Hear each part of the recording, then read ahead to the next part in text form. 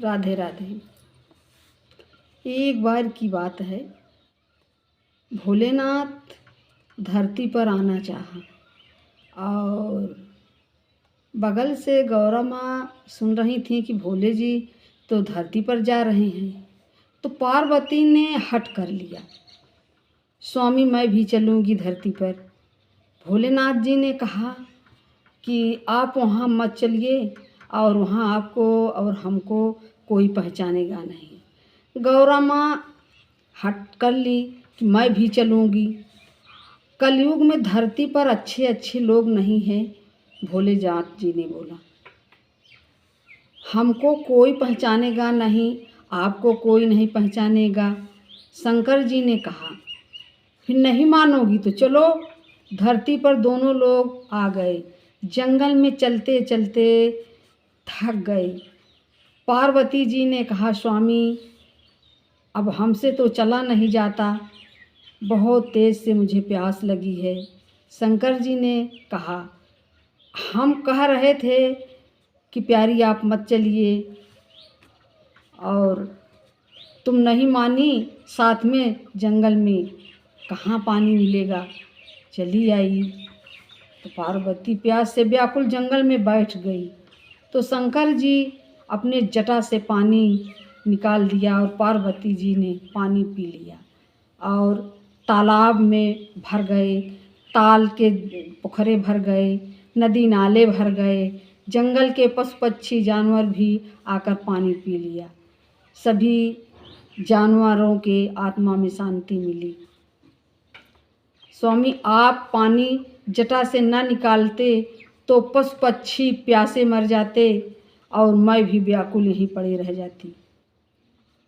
पार्वती जी को चलते चलते भूख लग गई तो वहीं बैठ गई। पार्वती जी रास्ते में बैठ गई। स्वामी मुझसे चला नहीं जा रहा है।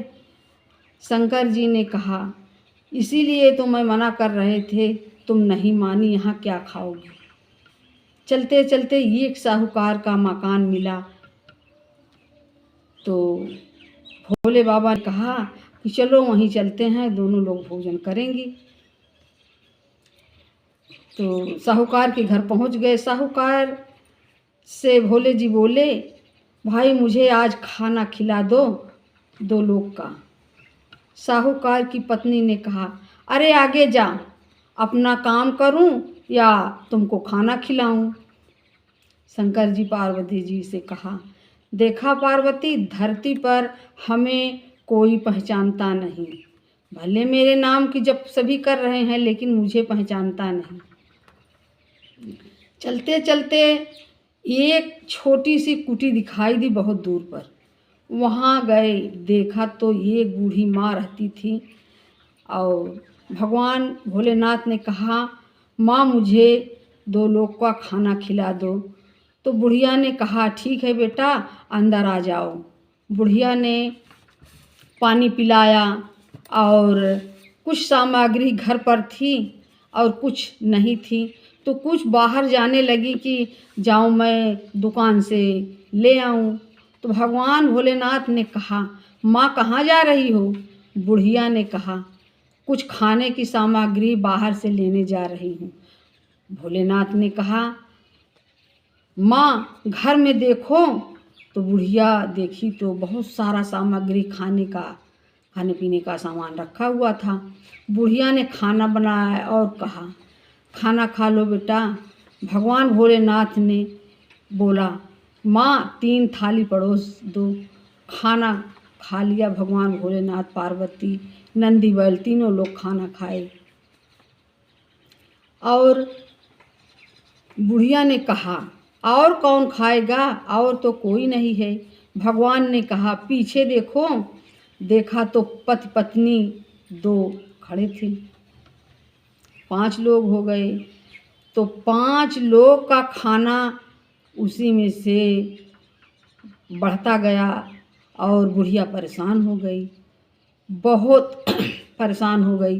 बुढ़िया मकान भी बना दिए। साहूकार की पत्नी तो झूठ बोल गई कि मेरे पास कुछ है ही नहीं है, मैं खाना नहीं बनाऊंगी। तो जब भोलेनाथ जी जाने लगे तो भोलेनाथ जी जब जाने लगे तो कहा कि बुढ़िया माँ, तुम्हारे घर में खाने का नहीं है न रहने का है, आप कुछ मुझसे मांग लो। भोलेनाथ ने कहा तो बुढ़िया ने कहा कि मुझको सेवा करने वाला कोई नहीं है भगवान, और मुझको एक बेटा बहू आप दे दीजिए।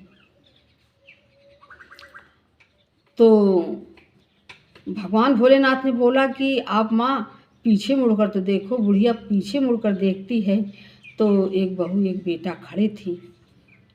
तो देखते मान तो बुढ़िया बहुत खुश हो गई, उसको गले से लिपटा ली कि आप तो बहुत अच्छे हैं, आप हमारे घर में आ गए, भोलेनाथ जी ने दिया है।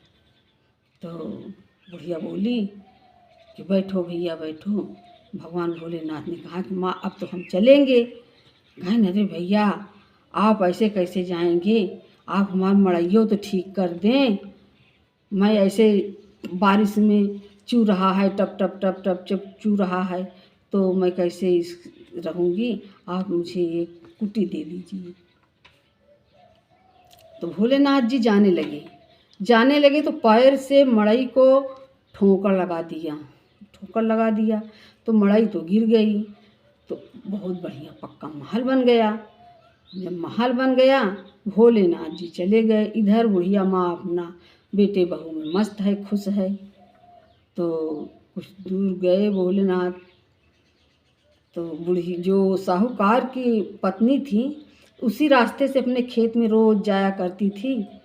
तो जब 4 बजे शाम को जब जाने लगी खेत में तो देखी तो बुढ़िया की मड़ई थी नहीं।